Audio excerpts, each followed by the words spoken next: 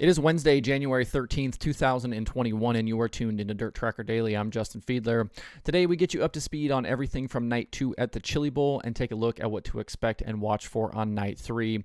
We also preview tonight's Wild West Shootout action, and we have news from USAC, DIRTVision, and a bunch more to talk about, so let's jump in. The first 2 prelim nights for the Chili Bowl are complete, and last night gave us 2 more winners. Earlier in the night, Christopher Bell grabbed the VIROC win after starting 6th. The race included 14 cars for the 25-lap Invitational event and was much wilder and more incident-filled, I think, than we expected it was going to be. Chris Windham, Spencer Baston, Jake Newman, and Rico Abreu all ended up out of the race following various incidents. Tanner Thorson started on the pole, but Bell made a very steady and methodical climb to the lead, eventually driving away to the victory with what appeared to be quite a bit of ease, actually.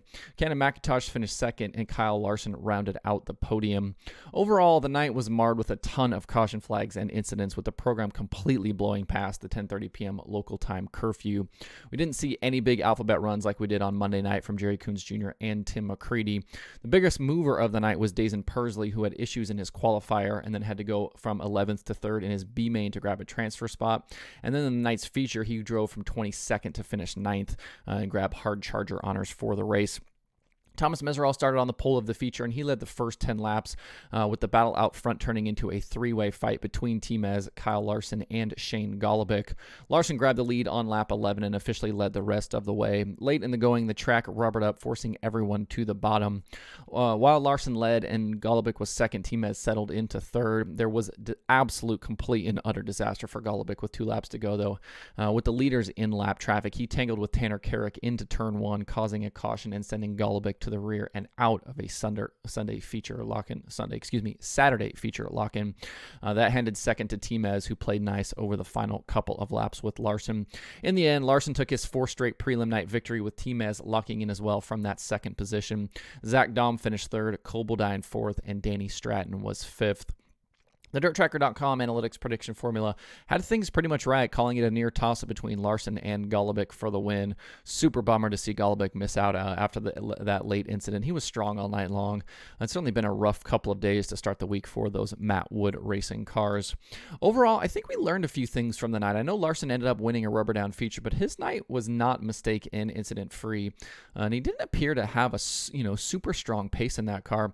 He started 3rd and finished 3rd in the VIROC, and he was under threat a lot in the feature from both Golobic and T-Mez. I think he and Paul Silva has some work to do before Saturday. On the flip side, Bell made his VIROC win look really easy. I know that that's not any sort of preview about what's to come. It was one 25-lap event, but we won't see Larson until a prelim until tomorrow night on Thursday. But so far, I think he's looked really good and kind of in pursuit of that 4th driller. He and that Chad Boat team look like they've got things lined up pretty well. Looking at the pool pick sheet from last night, it was another absolute brutal night. Scott Evans was the Group 5 pick, and he didn't even end up racing at all, so we were down to 6 picks on the night. Johnny Brown finished in a C, while Brennan Bright and Brian Stanfield were B main runners. That left 3 for us in the feature from the sheet with Daum, Golobic, and Stratton. Looking this morning, we're somewhere down in the 700s now after 2 nights. Hopefully we can turn things around over the rest of the week and try to make it at least respectable.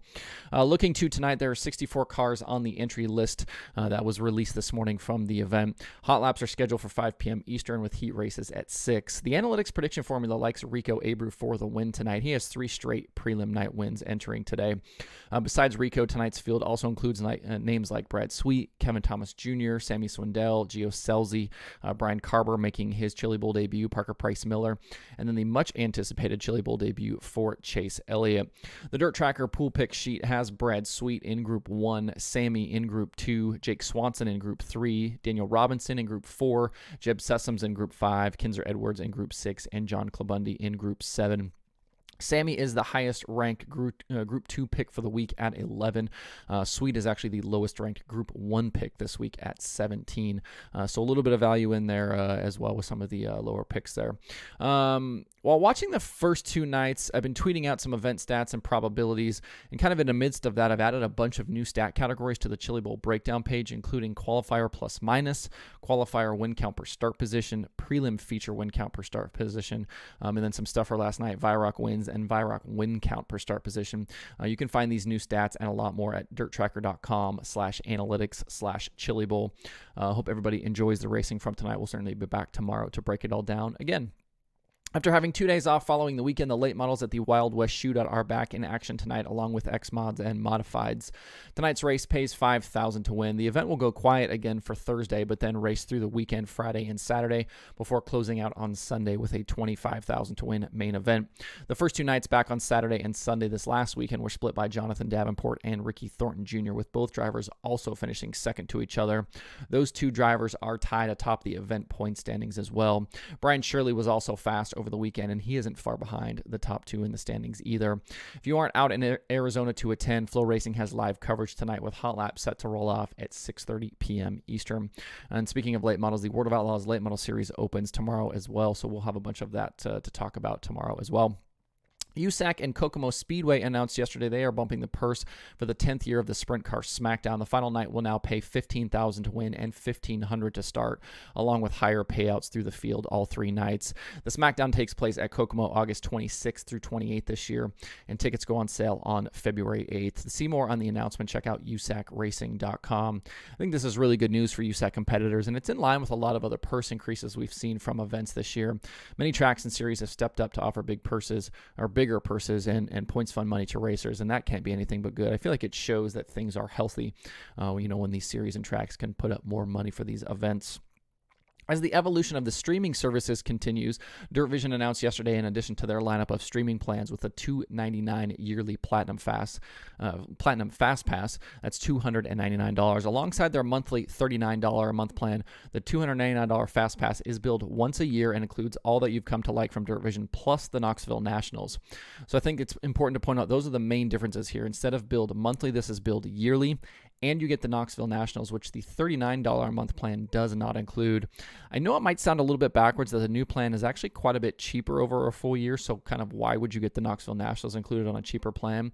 But it's important to remember that a lot of folks don't keep their $39 a month subscriptions active for the entire year. Depending on a variety of factors, subscribers kind of pick and choose which months to buy, so it's actually good business for DIRTVision to offer this other option. They get the benefit of the $299 up front, which locks the viewer in for the year, and then in return, you get a discounted price and the Nationals included. So it's kind of sounds strange, but that's kind of why the reasoning is the way it is. To see more details on the plans available, check out DIRTVision.com. The track build is continuing at Bristol Motor Speedway, and if you'd like to check out some of the progress, that live webcam is showing a lot right now. Those dirt events are coming to Bristol Motor Speedway March and April this year, which include the NASCAR events and the World of Outlaws. From the live cam, it looks like they've got the sawdust spread all the way around and have begun laying and spreading dirt in turns 3 and 4. You can continue to watch that progress on their website at bristolmotorspeedway.com, or you can find the links on their Twitter account at BMS Updates. If you're in the market for other Dirt Racing podcast episodes this week, the Dirt Nerds have Kyle Armstrong. Suave Talk has Kyle Strickler. Forward Bite, who is hosted by Kyle Armstrong, has Matt Henderson.